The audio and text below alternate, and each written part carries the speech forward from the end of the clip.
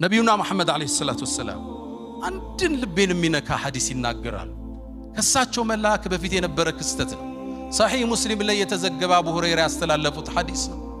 በይነማ ረጁሉን ይላሉ አንድ ሰው ድርቅ ባለ ምድረ በዳ ሲያልፍ ጉሙን ከላይ መላእክት ሲጣራው ሰማሉ ነብዩ አለይሂ ሰላቱ ወሰለም። صحيح ሙስሊም ያለ ሐዲስ አንተ ደመና ሆይ የገሌን ማሳ ሄደህ አጠጣ ይለዋል። ልብ በሉ ሐዲሱን ልብ በሉት።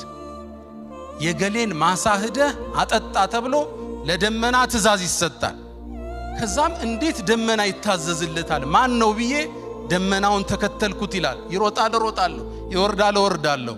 ከዛ ይሄ ደመና ሄደና አካባቢው እኮ ደርቋል፣ ማሳዎች ወድመዋል። አንድ እርሻ ላይ ቆመችና ደመናው አፈሰሳል። ደመና የተላከለት ሰው ማለት ነው። ልባትሉ